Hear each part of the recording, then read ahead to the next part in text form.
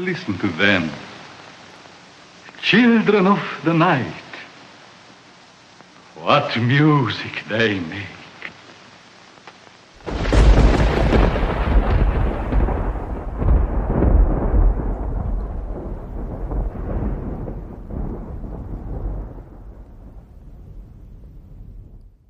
Mostly fart noises. Hello, children of the night. Tonight is a super duper special episode of Nick the Rat Radio. It is Wednesday, 10:30 at 11 o'clock, 10:30, 2024. It is Halloween Eve. Halloween of the evening. It's the evening of the eve of Halloween tonight. And we will be coming in to Halloween together, right? Yeah, we will be. The 12 o'clock toll, the bells will toll at midnight tonight.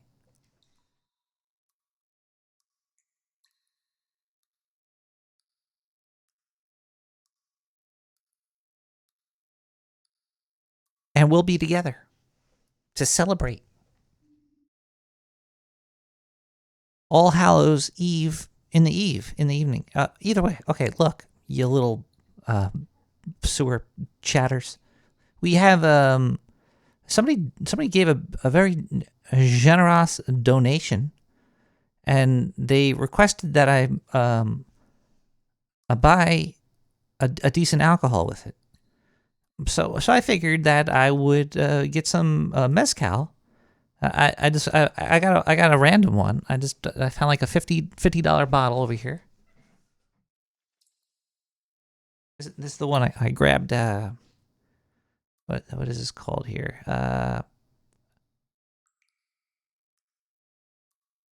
Siete Mysterios. That's what I like about these tequilas and mezcal, because there's always like cool, like skeleton art on there and stuff. Look at that! Look at that little skeleton dude. So we're gonna pour ourselves a shot of this right now, to see how it is. Let's do a taste test. Ow! I heard you can also like put a little bit of water in there too. It's supposed to really bring out the floral aroma. Let's pop this open. Oh, there we go. Look at that. Let's give it a smell. Ah, old boot.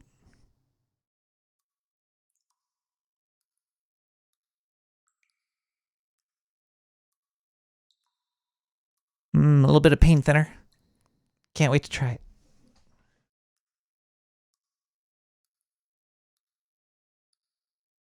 There's the shot glass. All right, let's pour ourselves a little shot and celebrate the night properly. Here we go.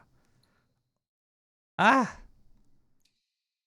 Old Butte. Cheers.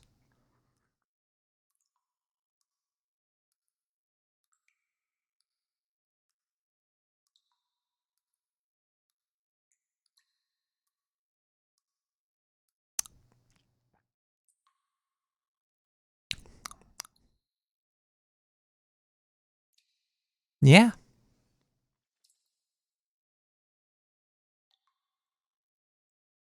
Ugh.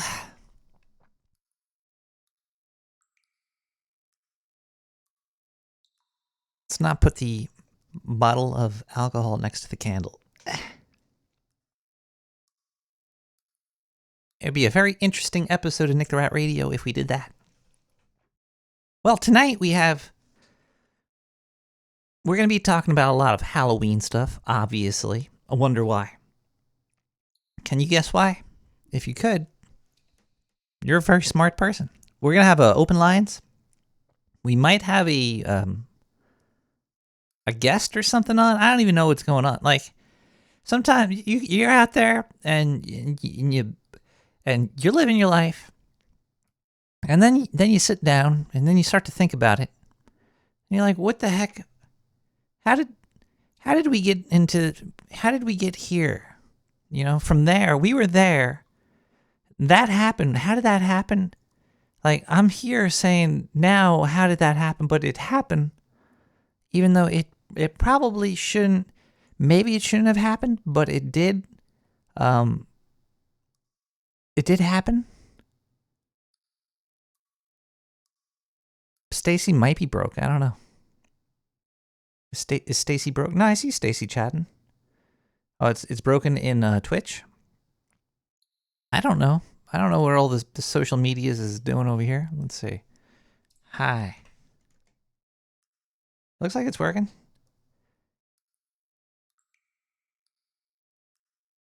Either way, what was I saying? I was talking about getting to places and then realizing once you were there, that is very odd that you went, you did that. You done went and did something weird and silly. Made a deal with the devil, as maybe you could say. But I'm sure we'll figure it out. Something. I don't even, what am I even, wow. That's some strong tequila, I guess. Stacy needs some mezcal. I don't like to give my employees alcohol when they're working on the job. Judy, actually make sure that I do not drink too much, please. It's maybe like 1 or 2 more shots through the night or so, but yeah, no, Judy, she brought out a silly straw. You think I'm gonna just pop that in the bottle? Judy, go back to your cage. She's so old. There's nothing wrong with that, but she is, and she celebrates Halloween. She decorated the whole sewer. It's looking nice down here. I don't know what kind of, she put some scary movies on in the background, some cartoons or something. I don't know what the hell she's watching. It looks like a satanic cult sort of thing.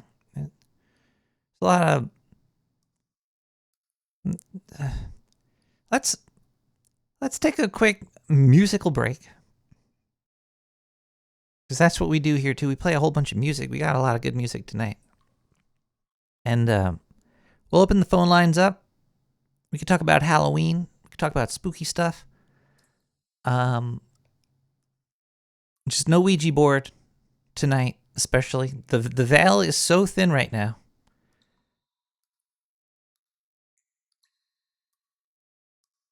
I could actually see through the screen. What are you touching yourself there for? Mister?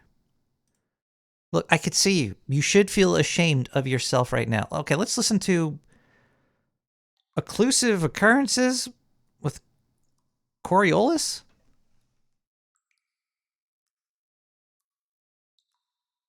Cornholius? Coriolis. We'll be right back, people. You too, mister. Get your hands out of there.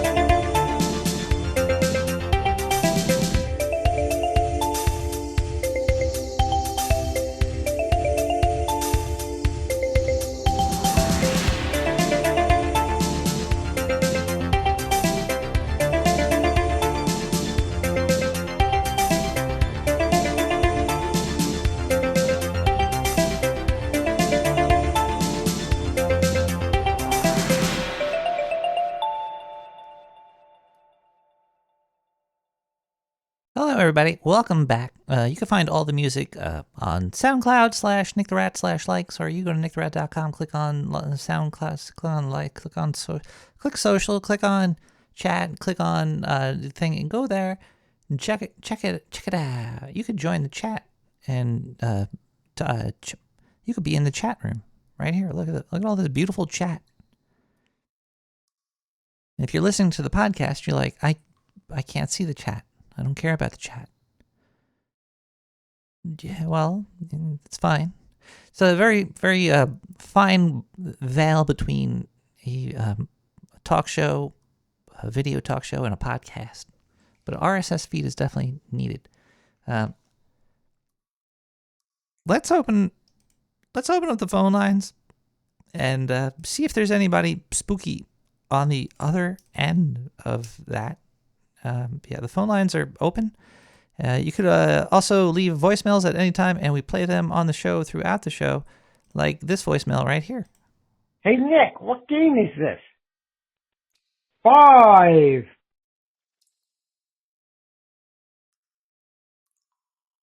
What game is this? 5? Is this a game? What kind of game is this? Is it a math game? Is it like phonics with numbers? Or was that Street Fighter, the countdown? With just 5? I don't... Caller, I'm confused. I have no idea. Now I'm thinking about it. That's a really good question. What game is that? Let's listen to quick something or other. I don't even know what this is. What the hell is this? I had sex with Mr. Harmonica Man's wife. I'll get you, bitch! I had sex with Mr. Harmonica Man's wife. I'll get you, bitch! I had sex with Mr. Harmonica Man's wife. I'll get you, bitch! Caller, hold on 1 second. I don't know what the hell's going on down here. I'll get you, bitch! Wow. Caller? Hello. Hi. How are you? Found your show not too long ago, and I gotta say, just loving it. I keep falling asleep to it, though, because of that soothing voice and background music you be playing sometimes. Well, yeah, I usually fall asleep. I like to listen to chalkboards and grunting men to go to sleep. Are you celebrating? Are you a Halloween celebrator? Oh, yeah, I sure am. I'm going to be celebrating it in the next 2 hours as the clock strikes 12. Going to open me up a beer, put on my costume, and be the entire day drunk when the veil is thinnest. What kind of beer are you going to be drinking? I'm going to have myself a good old Guinness. I like me a dark beer. Nice. Yeah, I should have bought some Guinness tonight. I have a big bottle of tequila with me right now, and I can't drink it too fast. Don't drink too fast. Savor it. Savor it good. A good tequila should be sipped, not slugged. You shouldn't throw down shots of it. You shouldn't just be chugging tequila. Oh no, that's how you wake up in the parking lot of Home Depot naked. I gotta pour another shot. What are you gonna get dressed up as for Halloween? I'm gonna be dressed up as a black cat. Ooh. I was supposed to be part of a two-parter where my ex-girlfriend was going to be a witch while I was her black cat. But as the previous statement said, ex-girlfriend. So now I'm just going to be a black cat getting drunk. And is there a tail attached to this? Oh, yeah. It's attached. And it ain't being yanked off me easily. Well, do you want to know a little Nick the Rat secret? I once tried to do this for Halloween one year. but I'm gonna tell it to you anyway. It sounds like you could probably use this advice as well. You take the cat mask that you're gonna be wearing and you turn it around backwards, and then you let somebody you liked and you tell them, hey, you should pull on my tail.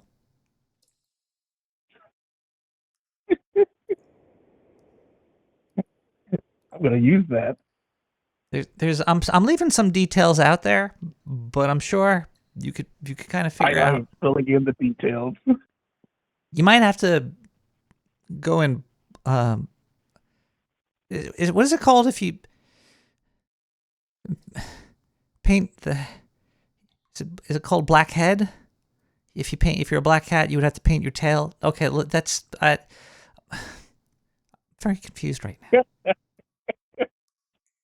I'm just gonna paint everything black and hope I don't get canceled. Yeah, it's very dangerous. Very You dangerous have a game. good show, Nick Direct. I'm gonna hit the bed. You ever eat pumpkin seeds? Who doesn't eat pumpkin seeds on All Hallows Eve? It's like the #1 treat you have to eat. I try Get to. the candy, forget everything else. Roast you some pumpkin seeds on an open fire or on a skillet. Throw some salt on there, and boom, perfect All Hallows Eve treat.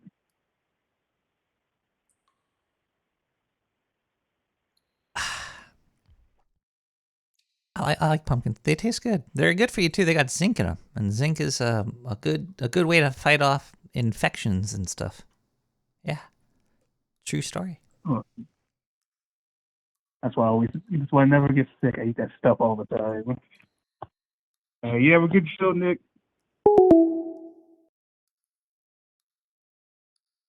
Bye, caller.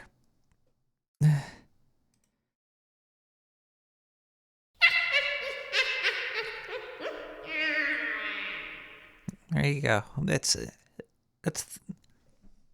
one of the. Hold on a second. It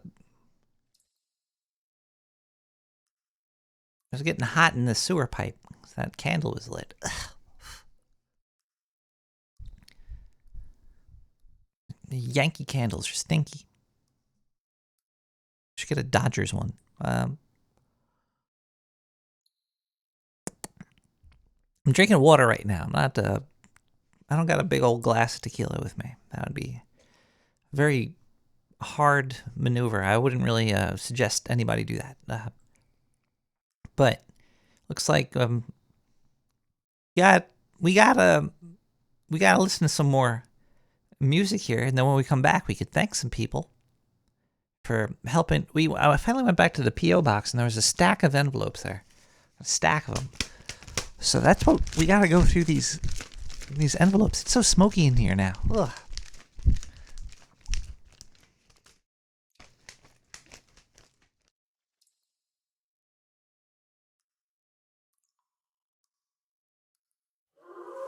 Sir Lo-Fi with Stormy Spooky Night. We'll be right back. It's 40 more minutes till Halloween. Yeah.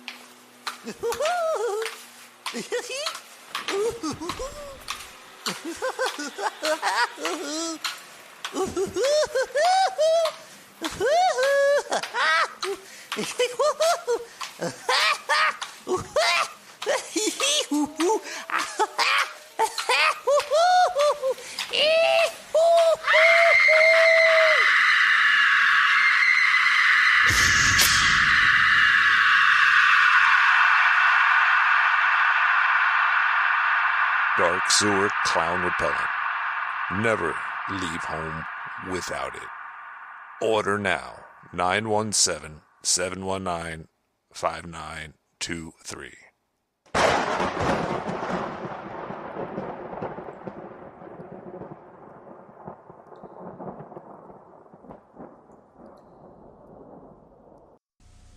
The mark of the devil is deadly.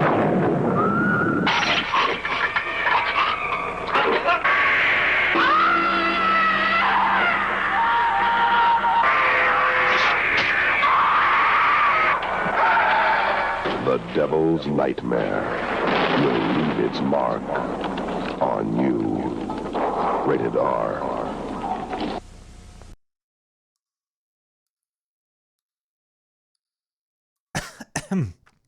Oh, some good marijuana right there.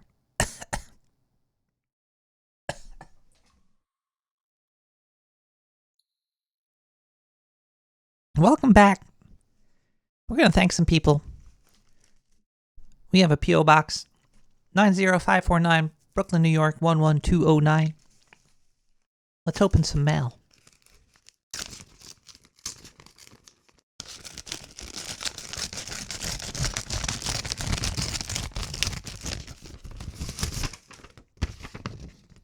Sir Mike Crotch, PhD. Screaming chargeback in sewers. 96 cents. From October 18th. Let's open some more of these. A little bit quicker. I'm pretty sure I know what we're about to find in all of these envelopes here.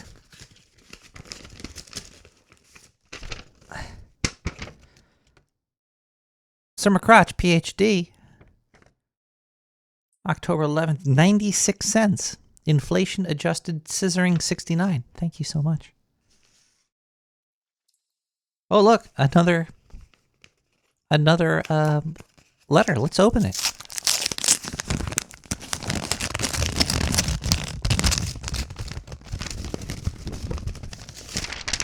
Oh, look, a check from Sir McCrotch, PhD. Inflation adjusted scissoring, 96 cents. Amazing. Oh, wow, look, we have another envelope. Let's open it.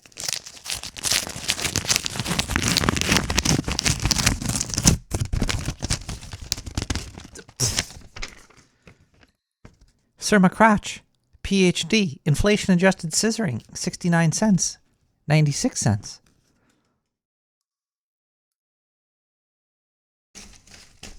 I think Dr. Summer Crotch is single-handedly causing global man-made global.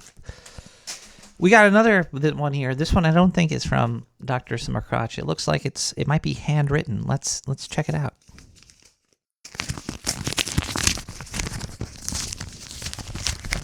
That one sounded moist. Oh, this one smells a little funny. Let's see what we got here. We got $4.20 in $2 bills with dimes strapped to their eyes. I know what that means. A few more for the wall from Tommy. That's from Tommy Monominous. Tommy. Thank you so much, Tommy. I have a stack of these $2 bills now. Some of them are on the wall. Some of them are on the floor. Some are in the bathroom. Some are in the kitchen. Got them all over the place. thank you everybody for sending those donations in. Via the P.O. Box. I always like going to the P.O. Box and pulling something out. You never know what you're going to get.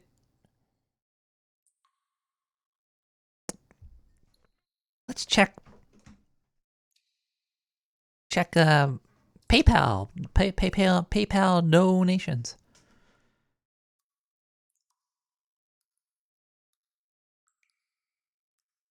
Let's did we get any PayPal donations this week? I think we definitely probably.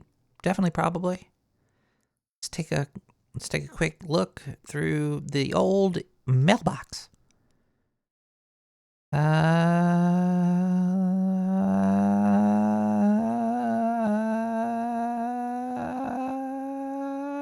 we go. I read initials, donation amount, and any notes there. We have from KS, we have 420. Thank you so much, KS, for the 420. That is the suggested subscription suggested subscription amount. You could give whatever amount you want, though. Or you don't have to give anything. This is a completely open source show. Everything you hear is CC BY 3.0. You could give this out to other people, and you could probably sell this to people. If you want to sell my show, go out there and sell it. Thank you.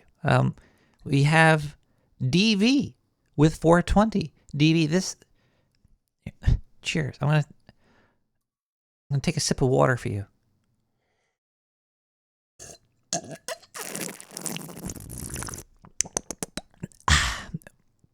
Stay hydrated, DV. Thank you so much for the 420. Yeah. You make the sewers flow. Oh, what is this?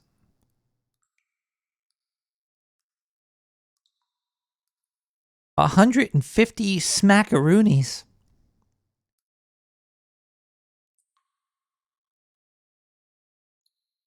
$150 smackaroonies. Interview money from Kevbot Kevin Hurley. What? Should I not have said all of that there? Oh, did I just dox somebody?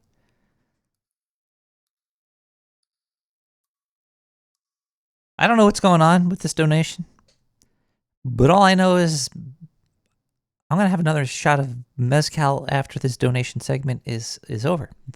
Thank you so much for that $150. That's amazing. Thank you so much for that. I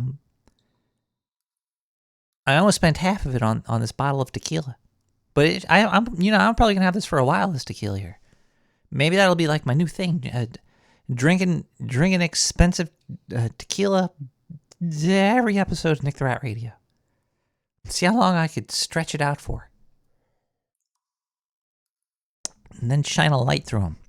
Let's see here. We got another PayPal donation. This one's $33.33. I can't seem to find my wand. Without it, this spell won't bond. I had it last night with those imps who bite. I'll summon help from beyond. Did I just like open a portal to hell or to some bad place? Thank you for the 33. Wow, this Halloween episode is really rat. I wish it was Halloween more often. But ow, we also take. I think that's all that we also have the Lightning Network with the Lightning 2.0 and the RSS feeds with the bits or the bytes, the electronic something. I don't even know how it works. Albies or Satoshis. It's like the smallest. It's probably, I don't. Are Dogecoin worth more? I don't know if we got the you could also donate via the Twitch. We're on Twitch. You want to watch a video there? This is mainly a podcast. We got our RSS feed, but we also got the video and chat and all other cool groovy stuff. So let's thank some people that donated there. Mr. Harmonica Man gave me a follow 7 days ago. Thank you so much for the follow there, Mr. Harmonica Man. Dr. Surma Crotch resubbed with the Prime. They've been subbed for 15 months. 7 days ago, 15 mouths on me. Big Motech 1 gave me a follow. Thank you so much. And Fane resub with their Prime. They've been subbed for 8 months, 21 minutes ago. AO Nick the Rat. Satoshi Utard. No. Hey, well, you know.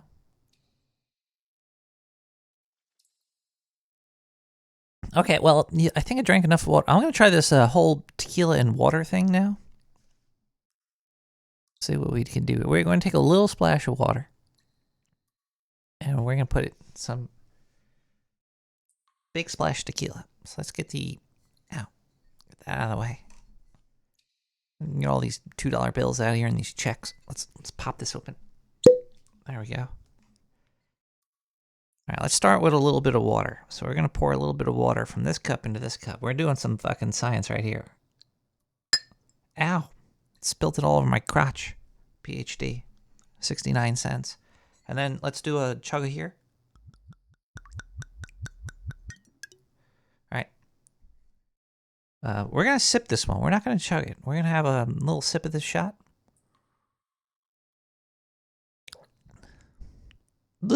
Oh. Still strong.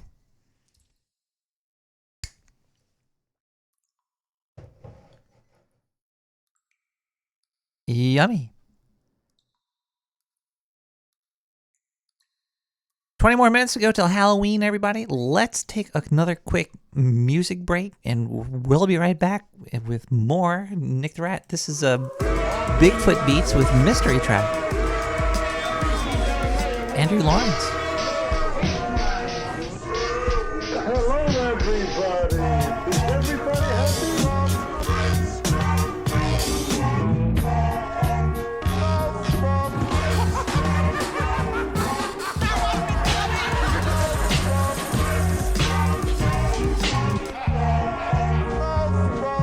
That is the decision of the big brass. You're out of your mind. I think they scare you and you're too chicken to admit it. There are laws, you know. I'm not afraid of the police. Neither am I. But I was not talking about man-made laws. I find you guilty of conduct endangering the security of the government of the Republic. There's a saying. Nothing can stop. What are we having for dinner? Tuna fish salad. You said it, friend. Everything starts with That's exactly right. music. It is time for you to tell the story. Gumbill, now just drink this glass of whiskey and bite down on this bullet. When one place is closed, I dig up another. All the pretty cool cats on Wiggins Lane, everybody in Olive Lord School. They are out of sight. You said it, friend. Taking your dedications coming up right after we say hello to everybody at Hardaway High. When one place is closed, I dig up another. When one place is closed, I dig up another.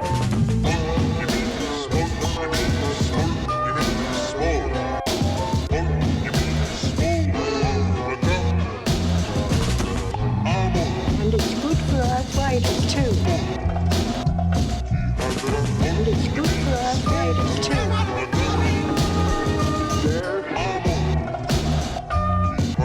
Last time I saw you, you were looking pretty groggy.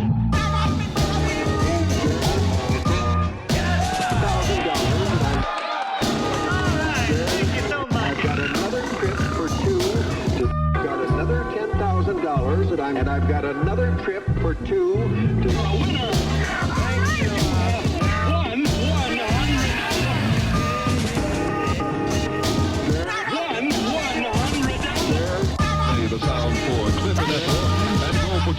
stop and turn the place away from now for Molly and George and John and move on to Mary Lee and John and Foxy and Green. Here it is now, Peachy Keen also for George to be. What kind of record this one's gonna be? Yeah!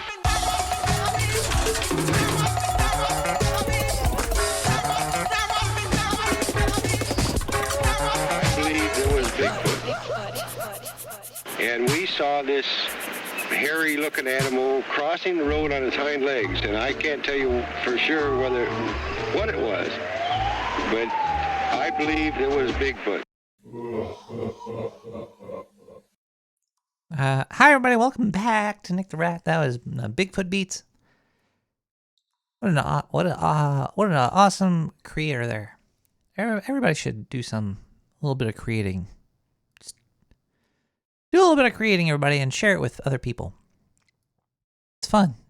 It's like brownie in motion. You're bouncing things off and little things nudging everybody constantly.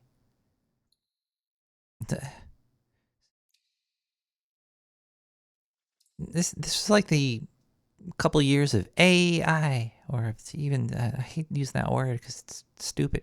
But if you think about it, I was pretty high earlier taking a crap, and I was thinking about like the last miracle that sort of happened, because you know religions are always based around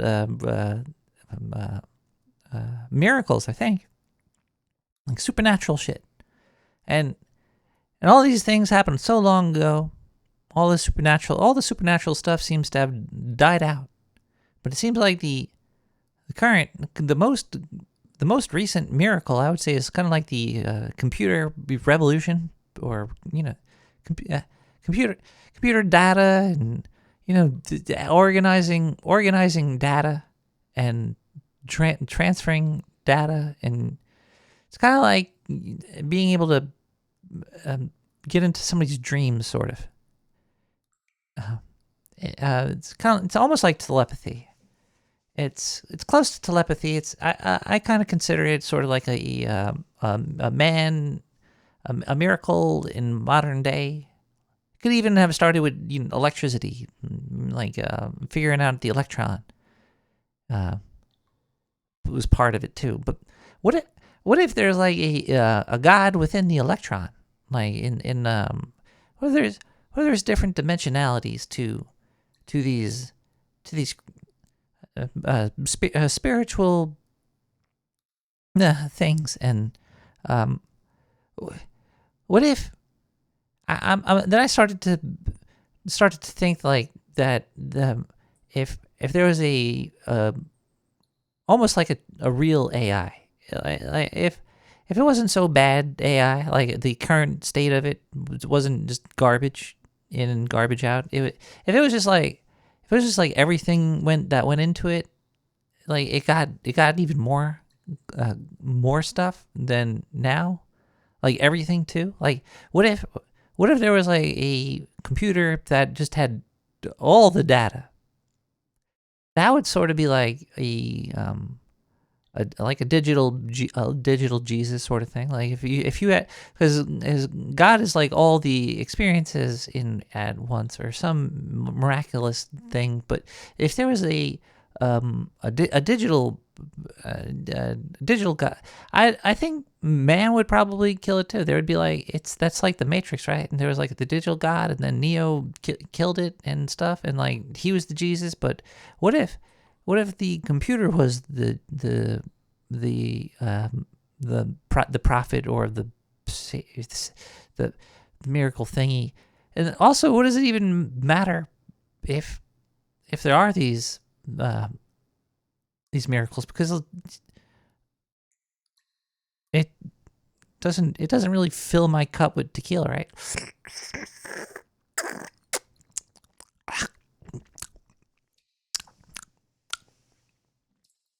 How would you nail a digital Christ to a cross?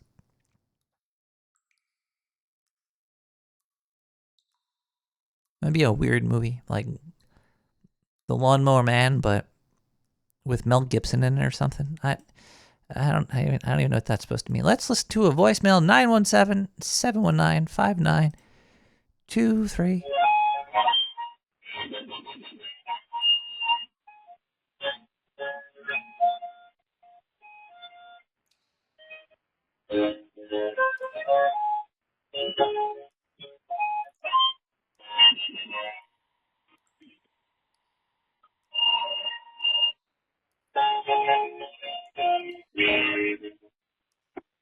Hey, Nick, have you ever left Oh my 50 God. voicemails in a row? I mean, wait, no, that's not what I wanted to say. I wanted to say, have you ever met someone and they just looked at you and they were just like, ugh? Ugh. Yeah.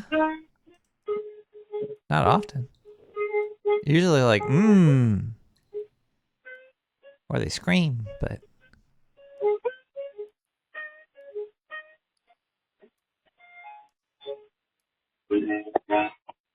And the phone is no joke, dude. I mean, the pressure it emits upon the brain cells is painful, excruciating. It must place. It makes it do some. It affects it somehow. There must be something illegal about doing this 50 voicemail challenge. I must have some sort of paperwork or regulations I have to abide by. But I don't give a fuck. My name's Kevin Kevbot.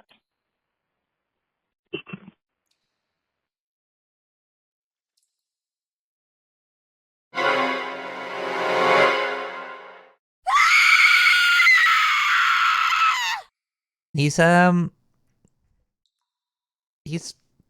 very proud. He's a very proud phone dialer. That one there. Oh man, these telemarketers keep calling me about healthcare A and B, and I always pick up. I always try to get to a person and then just say the most disgusting thing that I can think of saying. And they're always like, "Oh, hello, sir. This phone call is being recorded. My name is Mark." And then I usually inform Mark about, a family member's private parts. And I think that's usually like the worst thing you could probably say to somebody. It's probably worse. If you could think of something really bad to say to somebody named Mark, email me at nick@nicktherat.com. So I'd like to say that to them. But they keep calling, and it's like, why are you calling me? Like, I'm sure I've talked to Mark several times by now, and I always I call back the number too. I always call the number back, and it's always like a busy signal, and it doesn't work, doesn't go through. Well, this number is not activated. Tell him he's got small ears. All right. Next time a telemarketer calls me, I'm gonna mention they got small ears. That's gonna really shock their day. Yeah. Rock their cash bar. We're gonna fight back though. We're always gonna pick up on the telemarketers, and we're always gonna try to get to a person, because that's like what you gotta do, right? You gotta always. I always feel bad because like sometimes I might be at like in a doctor's office. I'm talking about Mark's great grandmother's droopy nipples flopping in my eyes right now, causing me need for Medicare A and B and C, and then like my doctor's like looking at me. He's like, you're getting a hysterectomy right now. And can you put the phone down?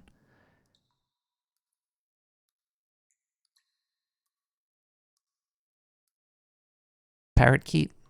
We got we're gonna listen to. We got stuff here. It's like 10 more minutes till Halloween. We have a lot of really cool stuff here. Like more, like we got like more. We got the 50 voicemail challenge, and we almost have a winner. Hey, Nick. Me. Kevin. Hey, I think this is the 49th voicemail, or it could be the 48th.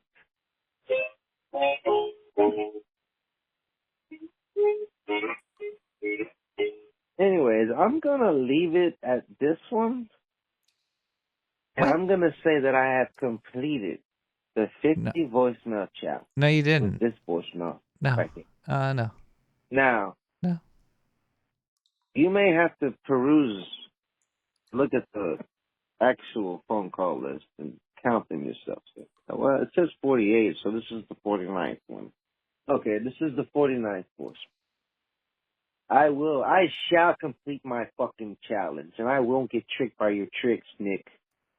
You almost got me to give up on 49, you motherfucker. Judy. Judy, count the voicemails, Judy. That deal's not going down.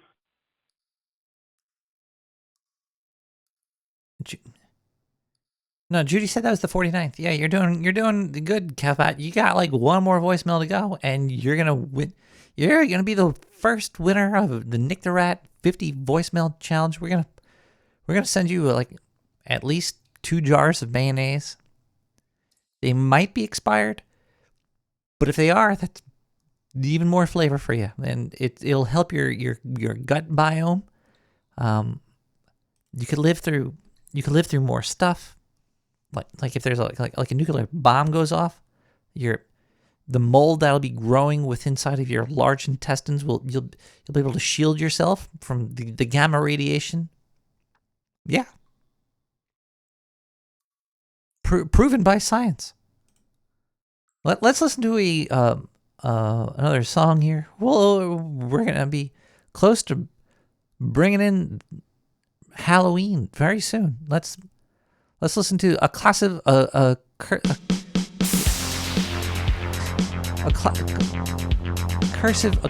customated crap.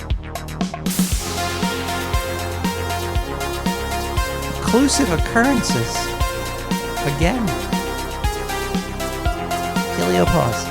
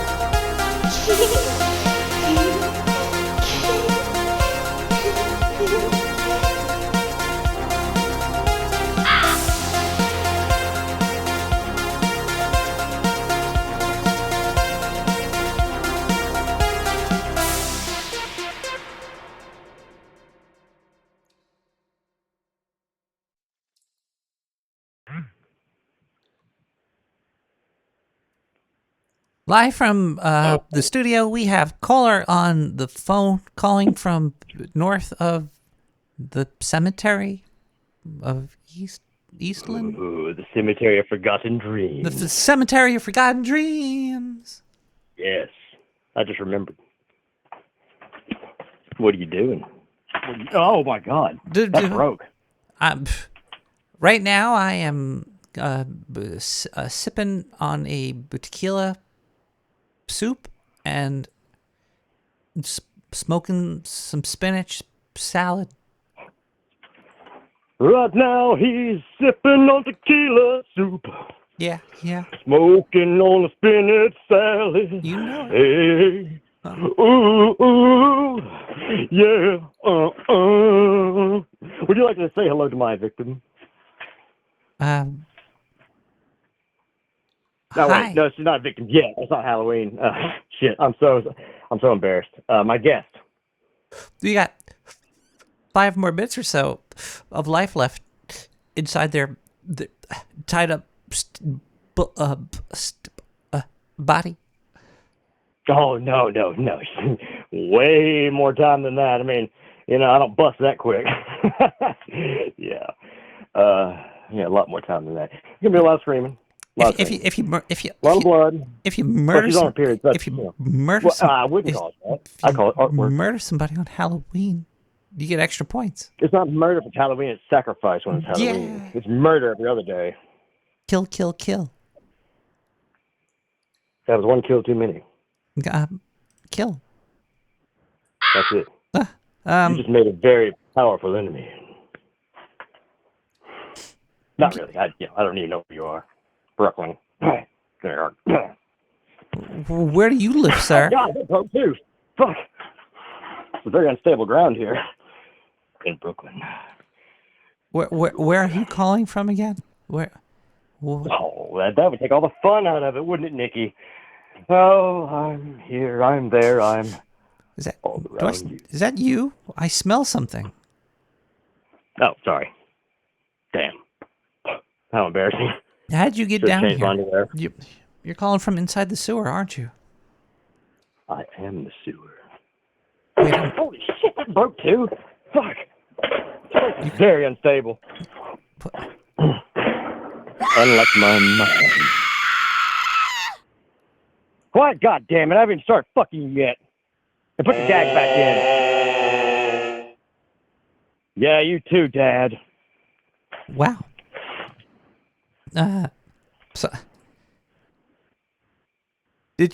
Would you rather eat a McDonald's cheeseburger or a Burger King cheeseburger? Well, Burger King, you get the hat. Is that part of the deal? Do you get the crown?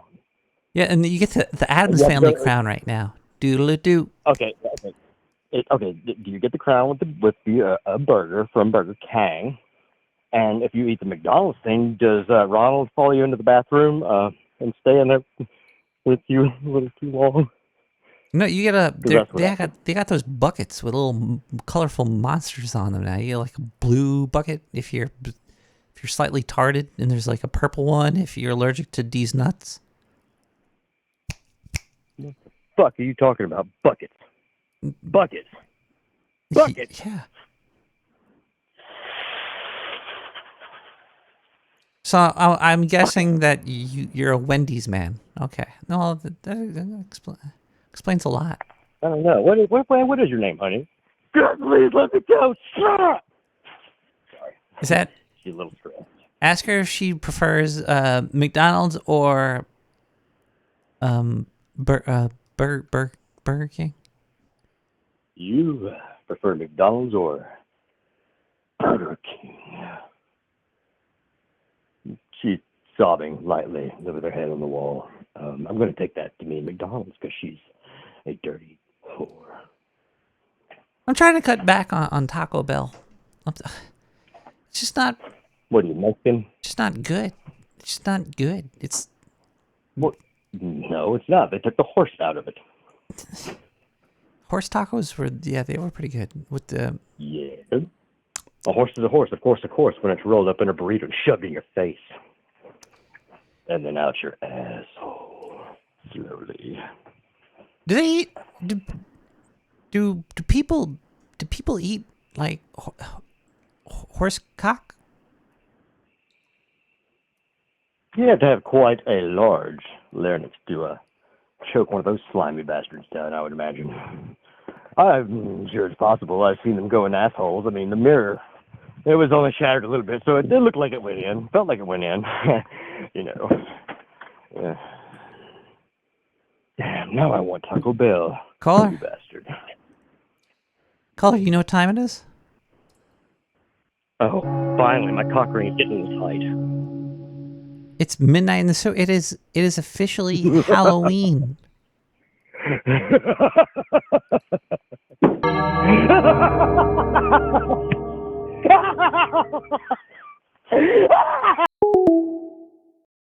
Dear God, I feel for that poor girl. She's hanging out with somebody like Wendy's. Since it's Halloween, I figure now would be a great time to hear some AI bullshit. Hey, why not? It should be fun though. I haven't listened to this yet, but it should be good. Let's give it a listen. We'll be right back. Maybe.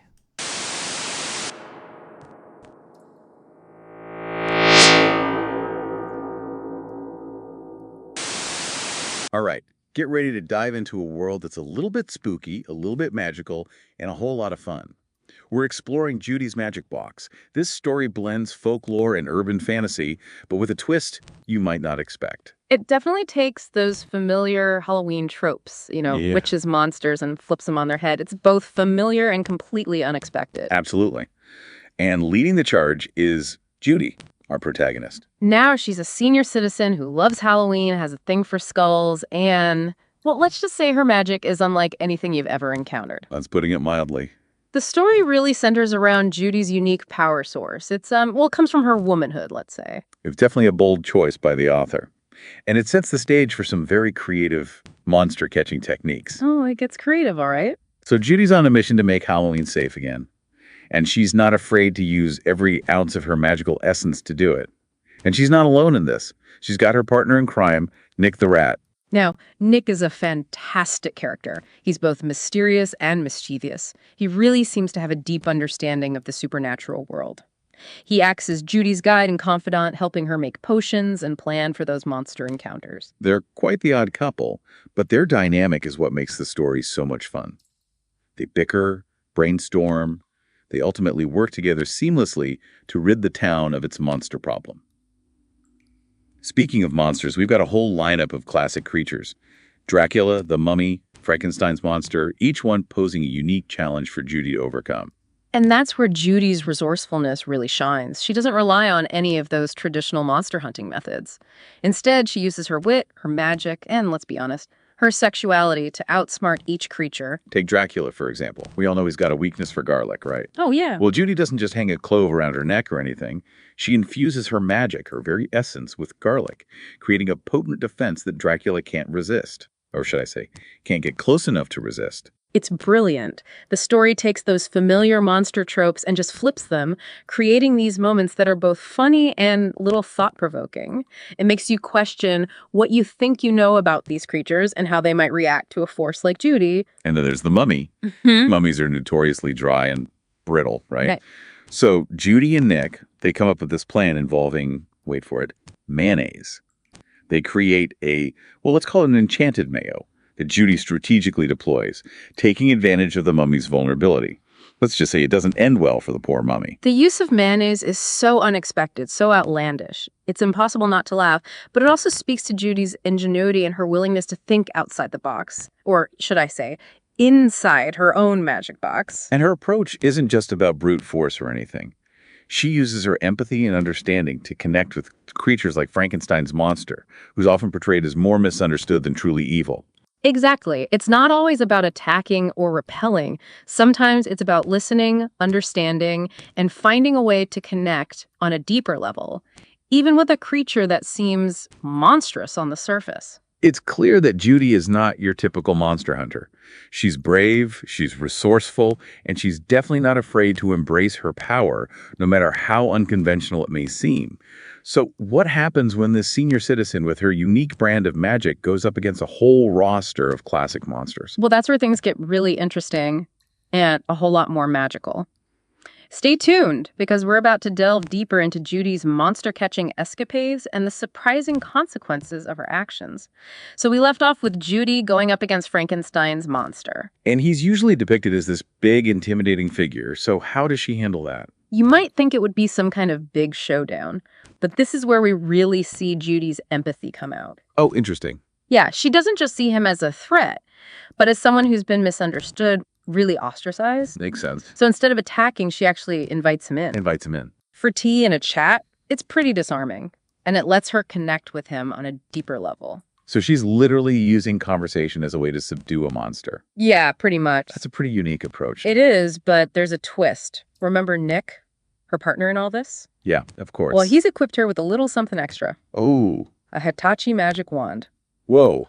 Not exactly your grandma's knitting needles. Definitely not. But how does that even work? I mean, against Frankenstein's monster? Well, the story doesn't go into all the specifics, but the implication is pretty clear. She uses this wand to channel her magical energy, her feminine power, and it just overwhelms him, leaving him totally subdued. It's like she's turning what's usually seen as, a source of pleasure into a source of power. It's definitely subverting expectations in a way that's surprising and, well, a little titillating. Absolutely. It makes you rethink those ideas about feminine power and how it can be used. But she's not done yet. Judy still has to deal with the Invisible Man and the Phantom of the Opera. Right. And those two pose some pretty unique challenges themselves.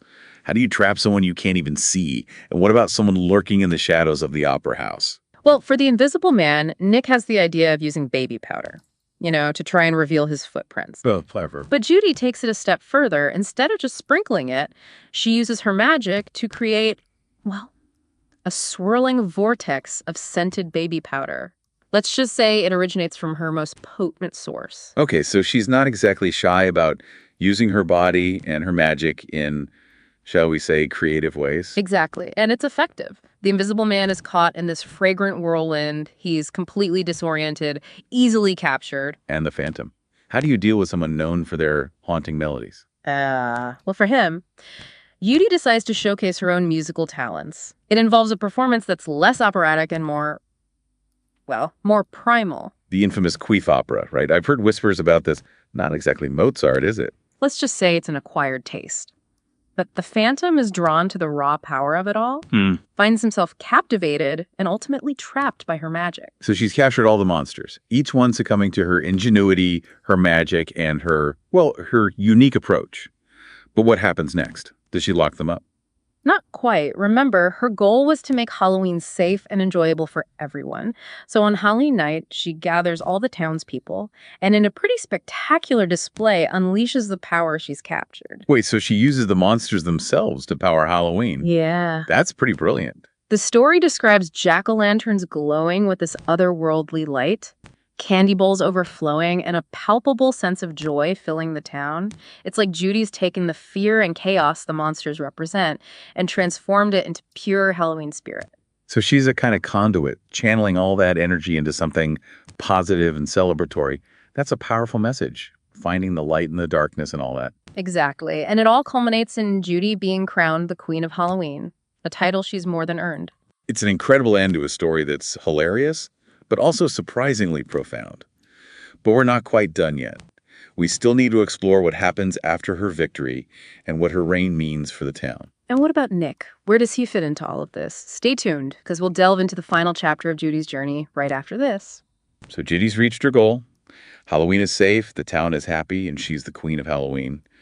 But what happens to the monsters? Are they trapped forever or what? That's a good question. The story doesn't really say for sure, but it kind of hints that they're not totally gone, more like they're a dormant energy now contained within Judy's, her magical core. So she hasn't destroyed them, she's contained them. Turned a negative into a positive almost. Exactly. It really speaks to this idea of transformation, finding balance, even with these dark forces. But what about Nick? We haven't heard much from him since Judy's big victory. Does he stick around? Well, the last we see of him, he's heading back into the sewers. We hear his cackle echoing in the tunnels. He shouts, "Happy Halloween, sewer chat." So it seems like he's going back to his own world, but also that he's still connected to Judy and the town. It's like he's a guardian now, watching over everything from the shadows. That's a good way to put it. He's always been a creature of the shadows, right? So it makes sense that he'd keep doing that, even after Judy's won. This whole story is really something. It's funny, it's surprising, and it really sticks with you. It does. Judy's Magic Box is more than just a Halloween story. It makes you think about power, about female agency, and about finding magic in unexpected places. It also shows how powerful creativity can be. Judy proves that you don't have to follow the rules to be strong and resourceful, and ultimately to win. Exactly. So maybe this Halloween, we can all take a little inspiration from Judy, embrace our own strengths, and find a little magic ourselves. So when you see those jack-o'-lanterns glowing extra bright this year, or feel that sense of wonder in the air, remember Judy and her unique kind of magic. And if you hear a cackle coming from the sewers, well, maybe that's just Nick, making sure everything's running smoothly. Happy Halloween, everyone!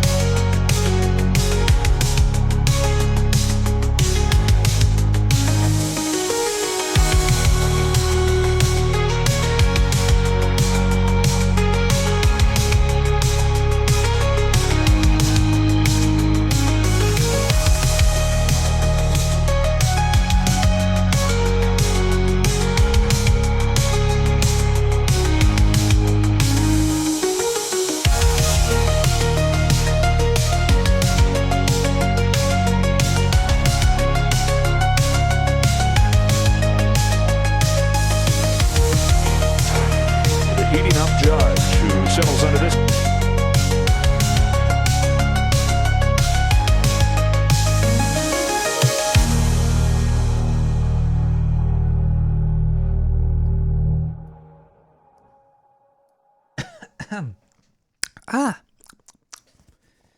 A little bit of dark chocolate goes really good with this.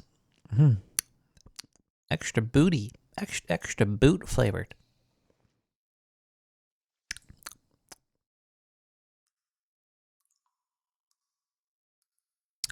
Oh, man. I hope some trick-or-treaters come down here soon. Because I got this bat. I can just bonk them on the head and take their candy. It's like the candy comes to me. Instead of me going out trick-or-treating, the trick-or-treating comes to me. And just don't ask what we do with the bodies. The scientists do something with them down here. I always like to reminisce Saturday morning cartoons. And there'd be like the little Halloween episodes too, and all that good stuff. There was then they banned pretty much all cartoons. Not really. They didn't ban cartoons, but they banned cartoons that were just to advertise toys or some shit. I don't even understand how that even makes any goddamn sense. Like, put some cartoons on the TV on Saturday morning, for crying out loud. Advertise toys. Give us some cool shit. But then it got me thinking, because all these scientists that I work with down here, I was thinking about the scientists, and then I was thinking about watching these Saturday morning cartoons, and what they always have on these. Who was one of the biggest bad guys on all these cartoons? There's always mad scientists. They always had the crazy scientist guy as like a bad guy, like Baxter Stockman, or a lot of people, a lot of crazy mad scientists in pretty much every cartoon. I think the cartoons were trying to warn us against bad scientists, and the bad scientists caught on. They banned cartoons so they could keep their rule over humanity.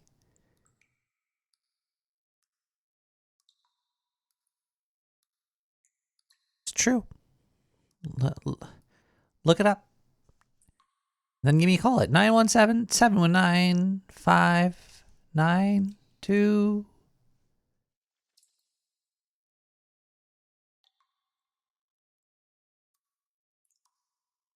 Hey, Nick. Me. Kevin. No, it's not. Well. Guess which voicemail this one is. What is it? Dear listener. It's like number 2 or Nick, something. Do you know? Maybe 3. Judy, can we get a count on these voicemails? This is the 50th, official 50th voicemail. Cheers. Of the 50 voicemail challenge. Completed by me, the one and only Kevbot, not to be imitated. Not to be masturbated.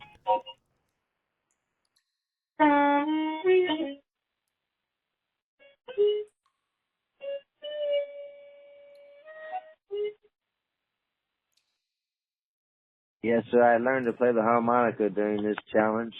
It took me 50 years. One voicemail for each year.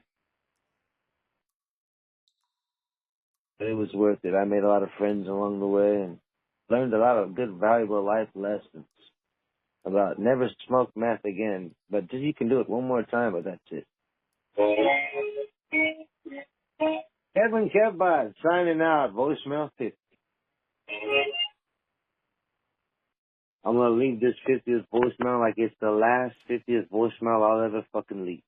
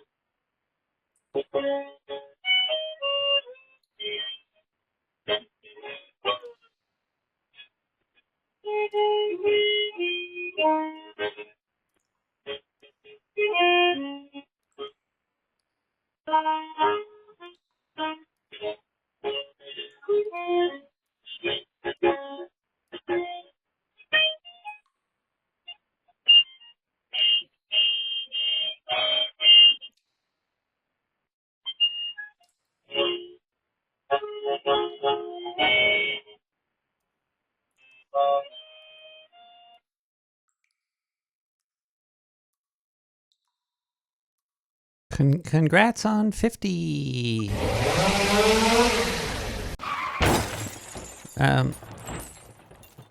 You win Judy's filthy dentures. I'm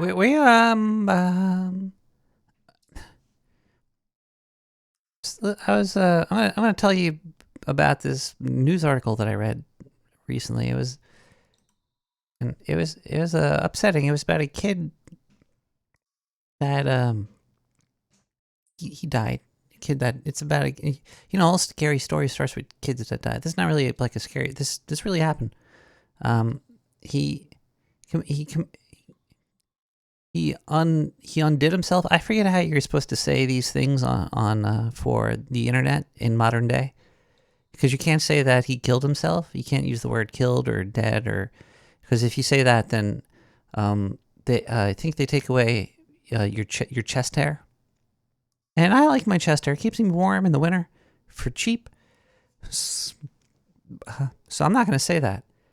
But he basically done did himself in, and it's horrible. He was a young kid, and you feel bad, and then there's the story starts to unfold. This, if you look up the kid who killed himself because we got a phone call coming in. Let's listen.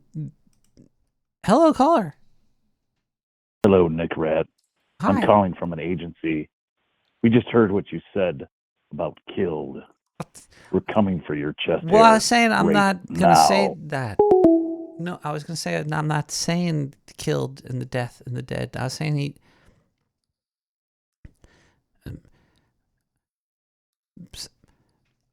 I saw the video of his mom is suing an AI company for his suicide. I don't think you even say suicide anymore either.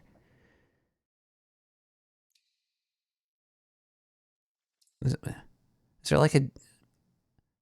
Is that word like masculine or something? Is suicide a masculine word? I don't... Either way, that's not the point. The mom is suing an AI company, and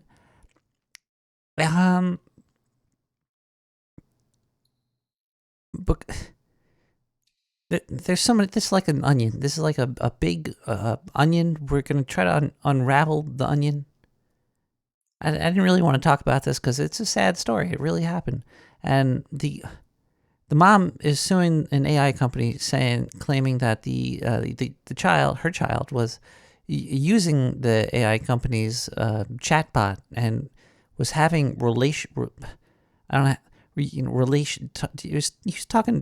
he was talking dirty to a chatbot or something, and she's saying that the chatbot is the reason that her kid did himself dirty, and they show a couple they show a couple of this kid's IMs or instant messages or text with the bot. Like thanks, Mom. Jeez, imagine if he didn't kill himself and his mom went on national TV and revealed that you were talking like a chimney sweep to a chimney that needed to be swept or something. And part of the story, I remember, I don't know all the facts. You could look it up. You could look up a kid that did suicide because of AI. You'll find the story. It happened recently. And maybe you shouldn't look for that. Maybe you should probably have a hobby and spend your day more productively than that. But the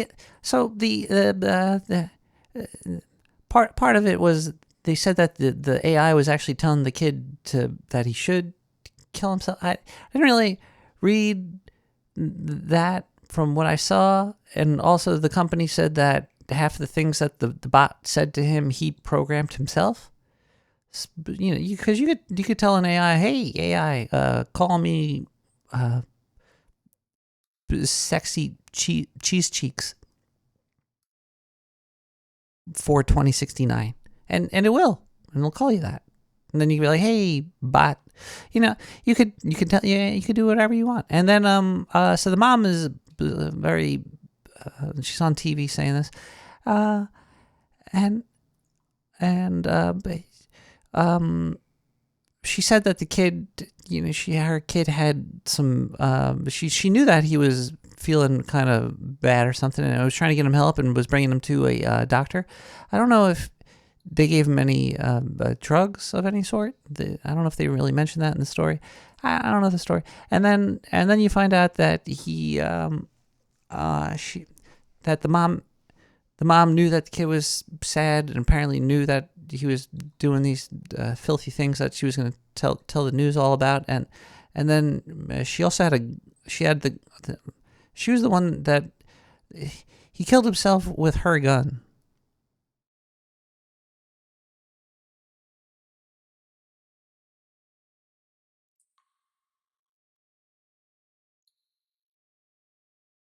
Now, I don't really know all the details of the story,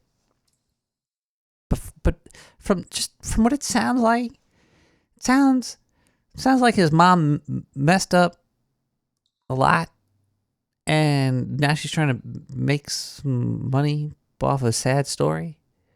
I don't know. That's horrible for me to say, because I don't really know these people or anything, and I don't want to be. This is all allegedly. So,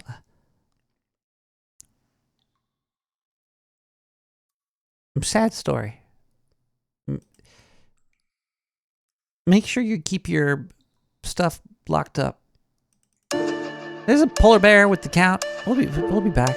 I can't leave people on such a sad note. But I'm gonna. We'll be back.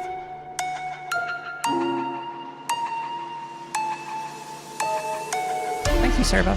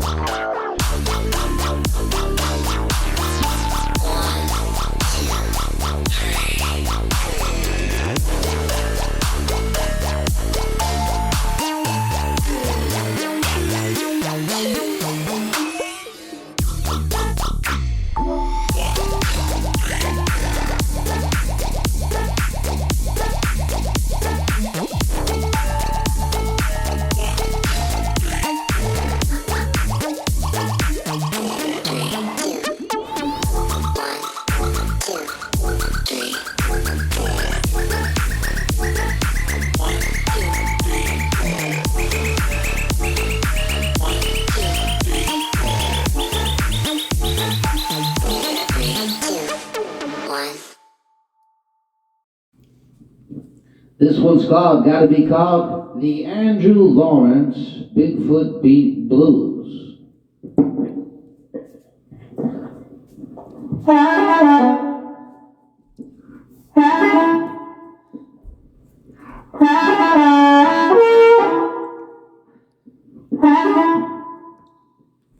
I worked on a farm 40 years.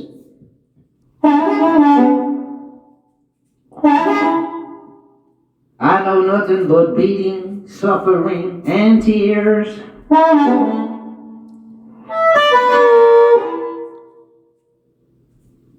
But I've never experienced no pain such as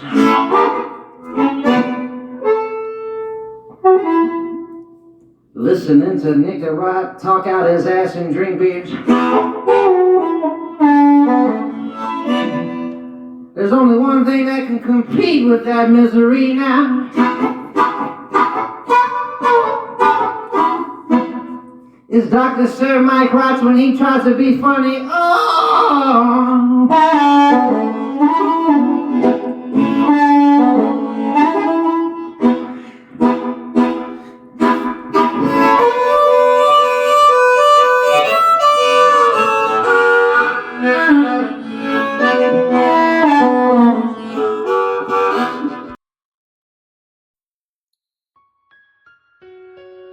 During this time of year, it's hard for a lot of us, especially the pumpkins. Please donate to the Dark Sewer Network today and help protect the pumpkins of the world. 917-719-5923. Donate today.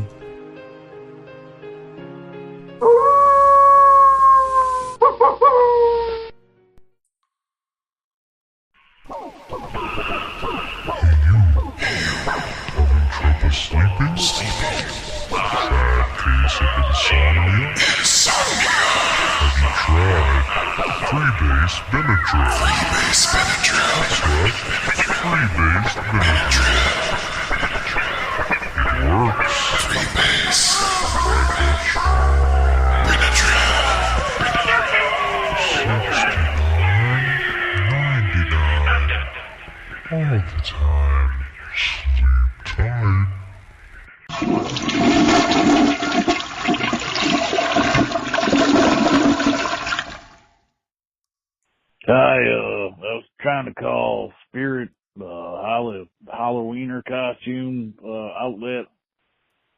I'd like to file a complaint about the sexy Mother Teresa outfit for Halloween.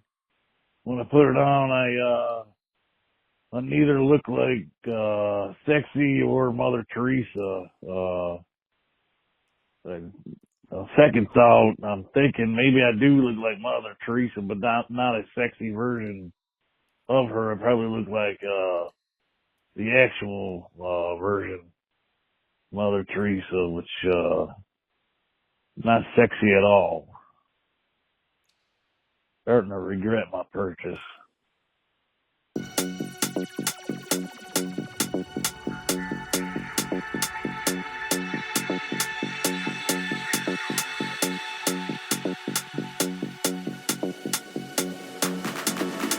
I like to go out. I like to party.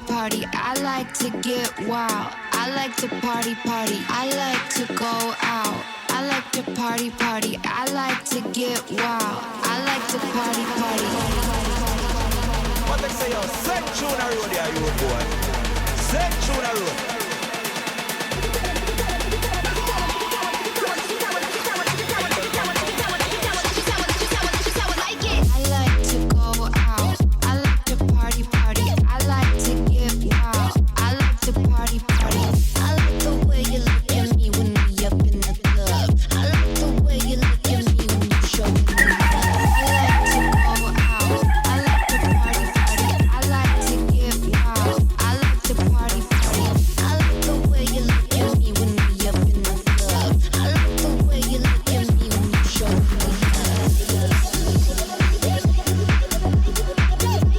Hey, motherfucker.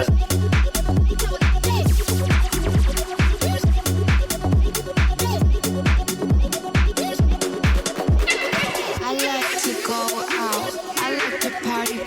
I like to get wild. I like to party. I like to go out. I like to party. I like to get wild. I like to party.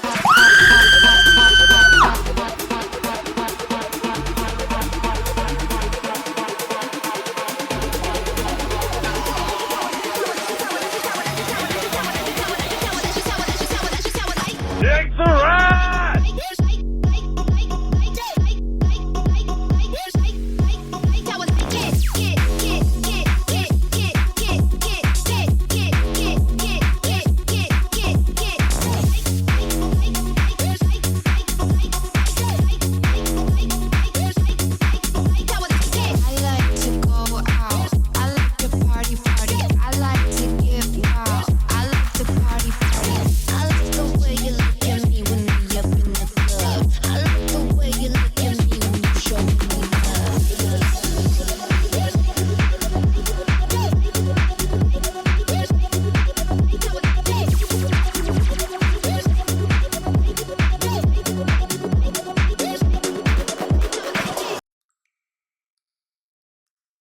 Yeah, that was a fun little bop. I would say, would you say it was a fun little bop? That was Keeland with Party. Remix. Read-a-doo boop bop bee ski dee doodly doodly doo doo doo. Bop bop boop boop bee boo dee doody doody doo.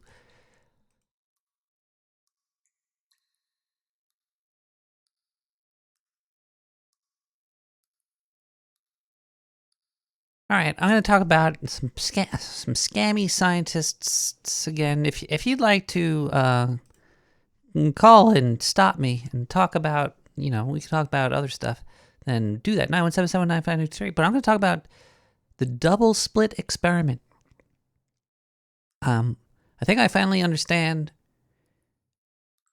what I don't like about it and why it's not very magical anymore to me at all. And the scientists just gotta stop.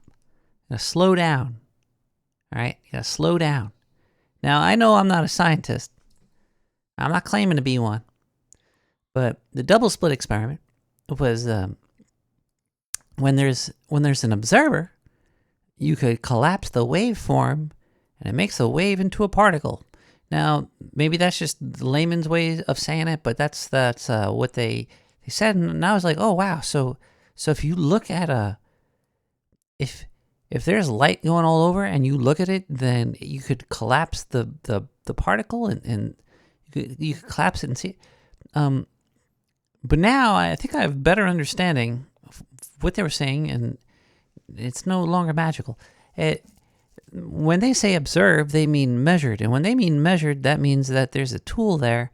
And that tool is interacting with the physical stuff. It's like if you had a hose and you sprayed it on the wall, and oh man, that hose sprayed all over the wall. But then if I quote unquote observe the spray, and but when they say observe, they mean put like a nozzle on it. So when they put a nozzle or something in the way of light, then it stops the light from. it just makes me mad that my entire life I was thinking like if you have like the power of looking at something just makes it change its state. But that's not what it is at all. There's a physical way of them measuring and the measuring is the thing that collapses the waveform because it's kind of like they're pumping the light through a filter or through a funnel. So no duh. No. Wow. My mind's not blown by that. All right. Now I might be totally wrong. It might be the tequila flowing through my blood, making me more ignorant. I'm probably going to listen to this show in 5 years from now and be like, what was wrong with me? Actually, yeah, I'm pretty sure that's going to happen. But that's my story.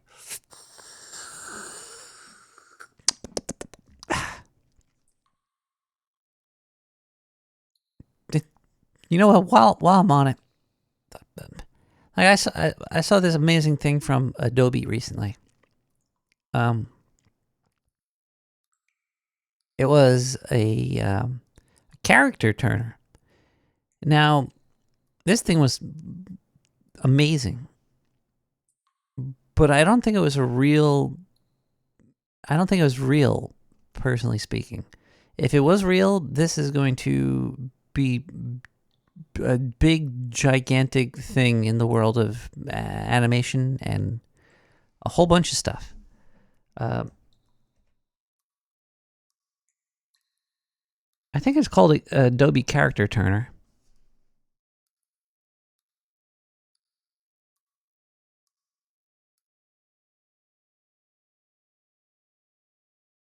Well, they have that for anime, but there was. Hold on, where did I put this thing somewhere? It was at this like Adobe Expo thing. It wasn't called Adobe Character Turner. It's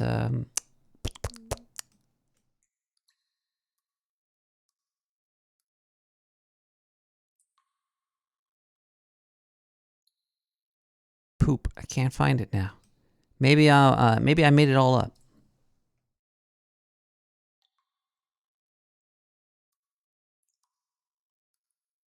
Maybe it was all a dream. No, I definitely saw it. Definitely saw it somewhere. Yeah, I'll find it at one point, but basically it would do the turnarounds for the people. It would do the turnarounds and no, it's not the character animator. There was, damn it. Hold on. If I look up Adobe Event News, what was it called? It was called, yeah, isn't it great listening to somebody that has all their thoughts together? Yeah. Oh, yeah. Oh, they did release Fresco for free. That's a great thing. Here we go. I think I found it. I think I found it. Maybe no.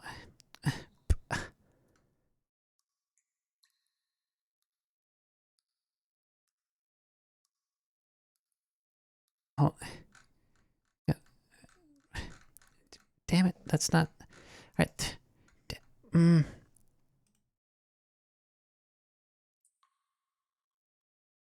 we go. I found it. I knew I'd find it. I knew I would. Here, let me post this into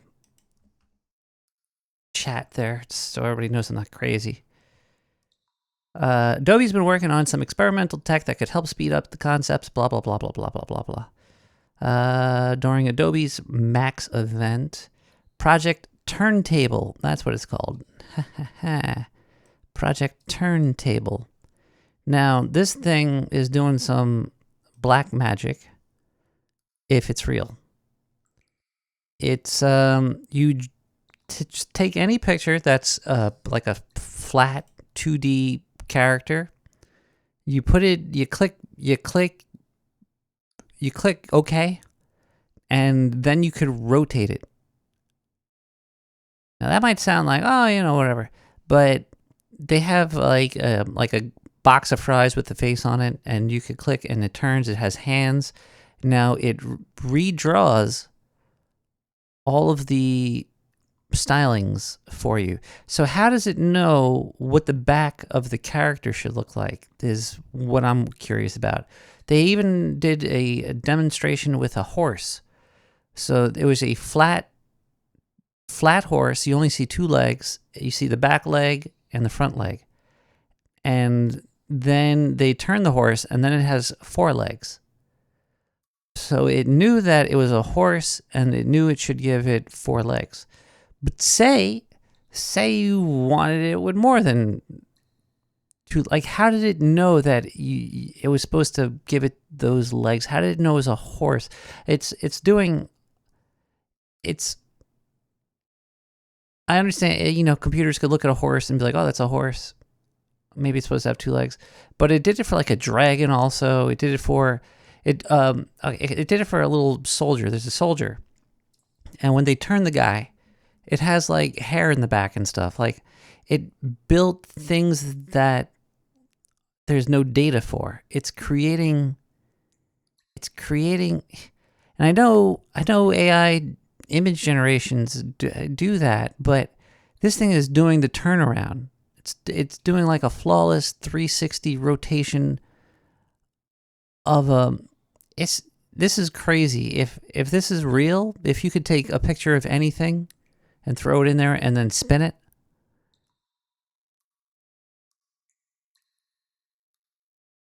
that's insane.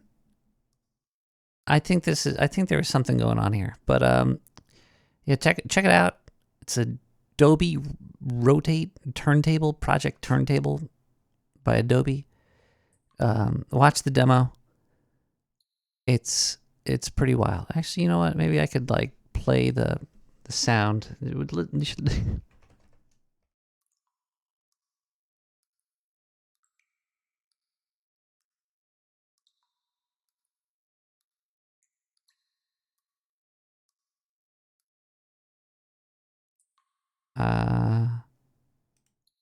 But okay, everyone, put down your drinks. Are you ready for our final sneak? Yes. Aquafina, you ready? I'm ready, yeah. Yeah. I'm so sick of Aquafina. She's like everywhere. There's this new tool I have developed for Illustrator. Now I'm working on this scene. I have the shape For Illustrator. All right, so this is going to be built into Illustrator. of a dragon and a warrior. Now I want a warrior to fight a dragon. But I suddenly realized that the warrior is looking at the wrong direction. The warrior should be looking at the dragon, right? So I have to turn the warrior around to face the dragon. But you see, it's a 2D vector shape. And I cannot just turn it around. Now, normally, I'll have to redraw the entire shape, which is going to take a lot of time. But here, let me show you our new tool. I'll just need to select the shape and click this Generate Views button.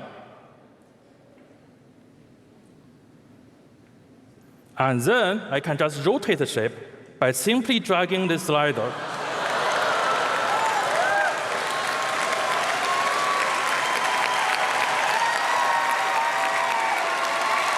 It's the guy has his knees are bent, he's holding a sword, and they have the bent knees and the sword and the hair in the back. They have it's fucking bonkers, and they do it in every direction as well. So it's like a 360 rotation of a character from a single 2D vector picture. My mind is blown, and it's like flawless. Like, Thank you. I love this audience. Yeah, that's it. That's how you do rotation.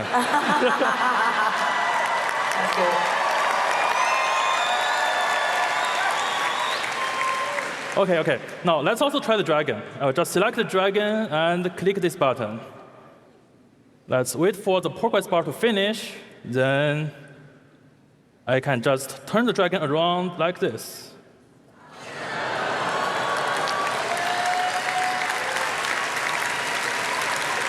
That's it. And keep in mind that all the shapes are still vectors, so I can still edit them after rotation.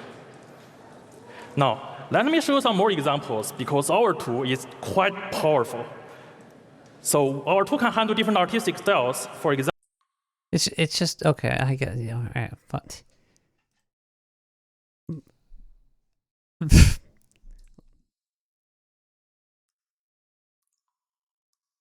wonder if that guy likes Lululemon.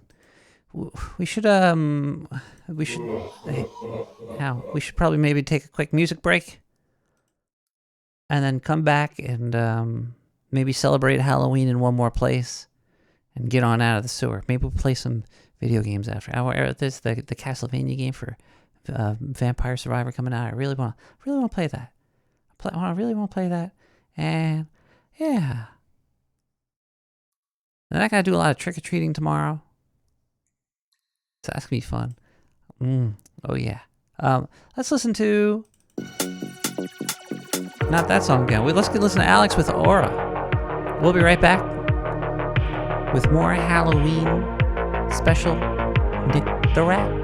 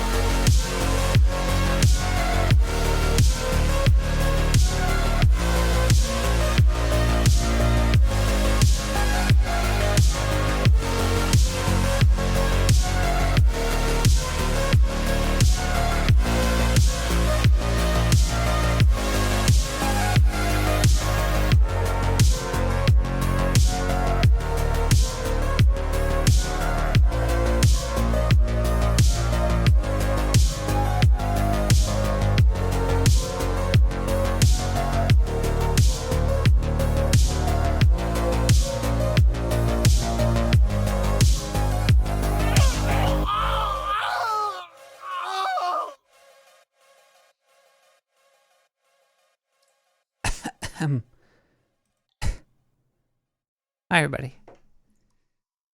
Halloween is here.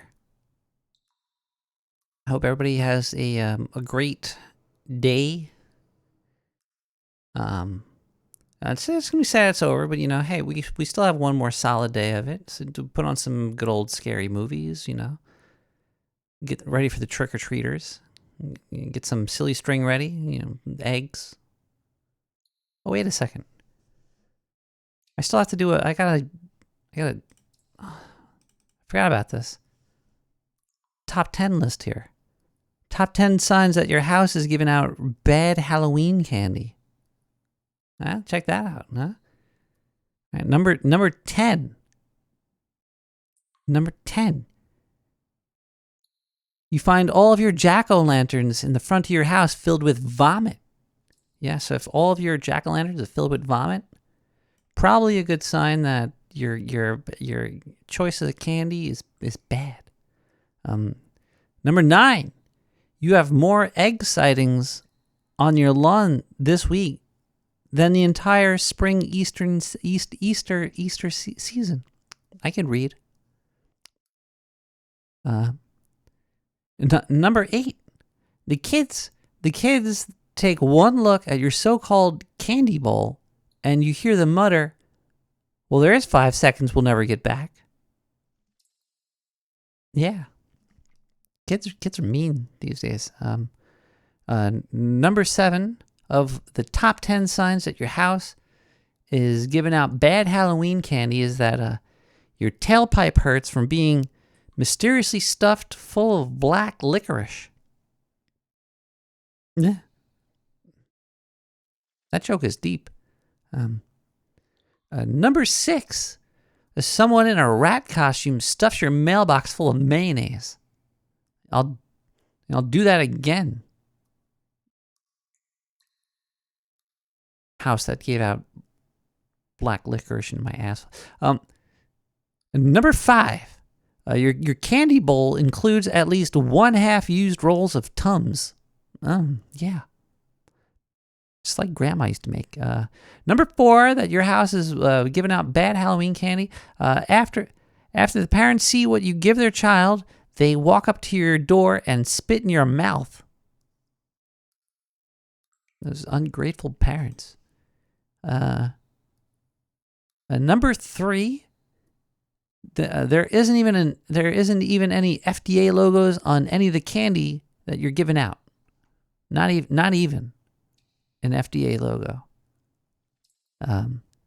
Number 2. Number 2 on the signs that your house is giving out bad Halloween candy. Your house gets toilet papered, but it's used toilet paper. Yeah. And the number 1 sign that your house is giving out bad Halloween candy, you find your Halloween lawn decorations rearranged to form the shape of a giant penis.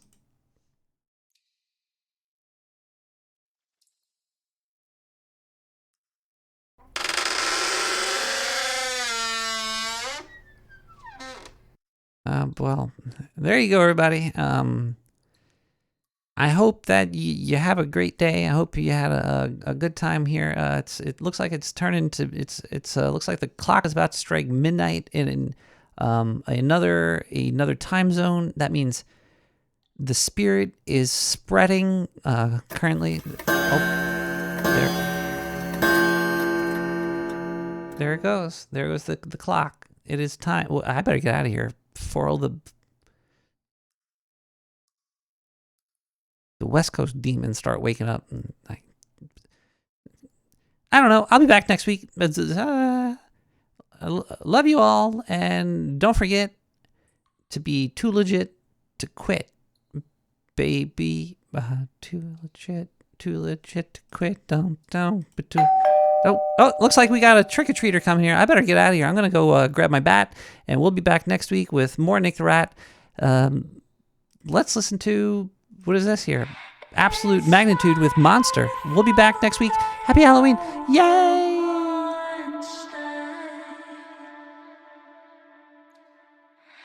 You're like a snake just spitting poison. I want her to know your feelings, 'cause underneath the mask a demon. You show high, pretty colors show.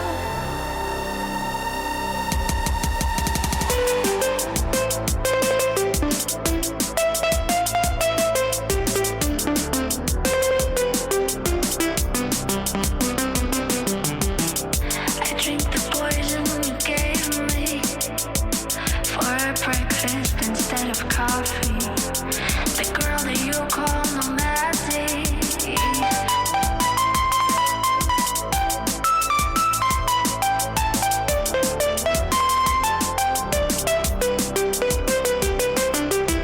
Wanna be mine, but copy. I see that you treat her better. It's not your style, baby.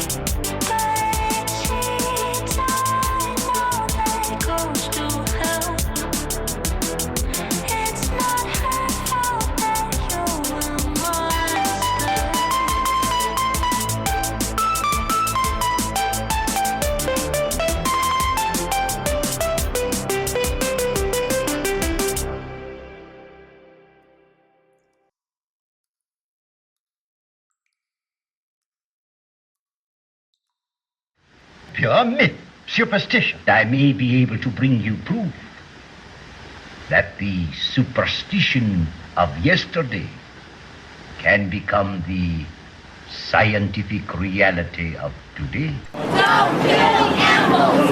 Rats have rights! Buy on veggies!